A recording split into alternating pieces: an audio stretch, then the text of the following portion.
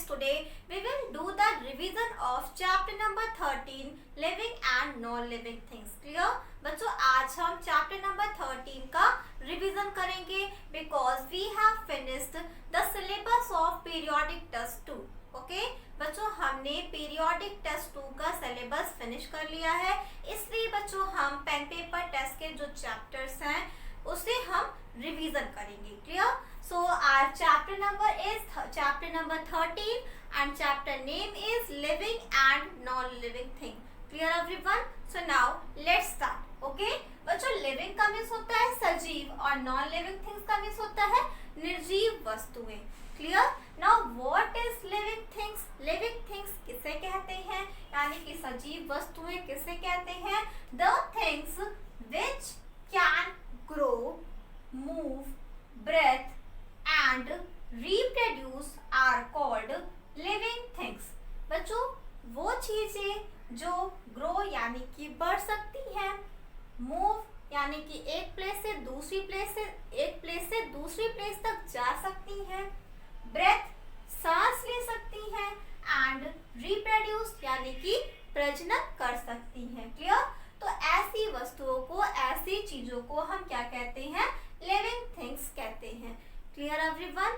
Now let's read it again that the things which can grow, move, breathe and reproduce. वो चीजें जो grow कर सकती हैं, मूव कर सकती हैं, ब्रेथ कर सकती हैं, इसके साथ साथ रिप्रोड्यूस भी कर सकती हैं, उन्हें हम कहते हैं living things. Clear everyone? For example human beings, insects, birds and trees. Okay बच्चों ये सभी लिविंग थिंग्स हैं. क्यों? क्योंकि ये सभी ग्रो भी कर सकते हैं, मूव भी कर सकते हैं, ब्रेथ यानी कि सांस ले सकते हैं, एज वेल एज रिप्रोड्यूस भी कर सकते हैं. Clear everyone? लेकिन बच्चों ट्रीज ये ग्रो तो कर सकते हैं बट मूव नहीं कर सकते. क्यों? क्योंकि बच्चों ये एक प्लेस पर ही अपने सारी जरूरतों को कंप्लीट कर लेते हैं, इसलिए बच्चों वो एक ही प्लेस पर रहते हैं. लेकिन ट्रीज में लिविंग थिंग के और सारे कैरेक्टरिस्टिक्स यानी कि और सारे गुण मौजूद होते हैं, जैसे कि ट्रीज ग्रो कर सकते हैं यानी कि बढ़ सकते हैं, ट्रीज सांस ले सकते हैं, as well as trees reproduce भी कर सकते हैं. That's why trees are called living thing. इसलिए बच्चों हम ट्रीज को लिविंग थिंग्स कहते हैं. Clear everyone? लेकिन बच्चों ट्रीज में लिविंग थिंग के एक कैरेक्टरिस्टिक नहीं पाए जाते हैं, जैसे कि मूव यानी कि एक प्लेस से दूसरी प्लेस तक जाना. Clear everyone? Students our next topic is non living things. It means निर्जीव वस्तुएं. Clear? Now what is non living things? The things which can not grow, move, breathe and reproduce are called non-living things. बच्चों वो चीजें जो grow नहीं कर सकती, grow यानी कि बढ़ नहीं सकती, मूव नहीं कर सकती, ब्रेथ सांस नहीं ले सकती, रिप्रोड्यूस नहीं कर सकती, उन्हें हम क्या कहते हैं? नॉन लिविंग थिंग्स यानी कि निर्जीव वस्तुएं. Clear everyone? बच्चों जो चीजें ग्रो, मूव, ब्रेथ और रिप्रोड्यूस ये सारी चीजें नहीं कर सकती, उसे हम क्या कहते हैं? नॉन लिविंग थिंग्स कहते हैं. क्लियर है? For example toys, chairs, pencil, cars, the sun, the moon, mountain and so on. Okay बच्चों ये सारी वे चीजें हैं जो ना ही ग्रो कर सकती हैं, ना मूव कर सकती हैं, ना ब्रेथ कर सकती हैं, ना ही रिप्रोड्यूस कर सकती हैं. That's why they are called non living things. इसलिए बच्चों ये नॉन लिविंग थिंग्स हैं. Clear everyone?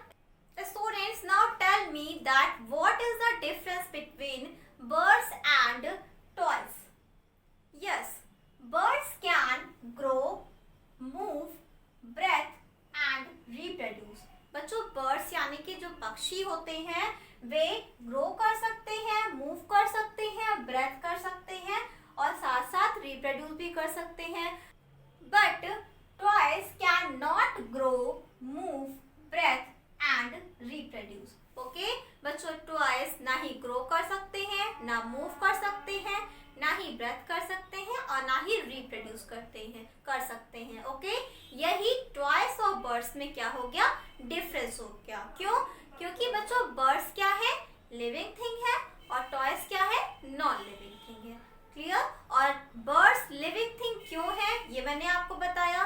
Birds are living thing because they can grow, move, breathe and reproduce, but toys are non-living things because toys cannot move, grow, reproduce and breathe. Clear everyone? Students, that's all for today. Now it's time to do the homework. Students, this is your homework that define the given terms. Okay? बच्चों मैंने इसमें आपको 2 terms दिया है जिससे आपको define करना है। Clear? First term is living thing and second term is non living thing. Okay बच्चों, जिस तरह से अभी मैंने यहाँ पर आपको राइट करके डिफाइन करके समझाया है कि लिविंग थिंग्स किसे कहते हैं और नॉन लिविंग थिंग्स किसे कहते हैं, सेम वैसे ही आपको अपने होमवर्क कॉपी में राइट करना है एज वेल एज लर्न भी करना है। Clear everyone?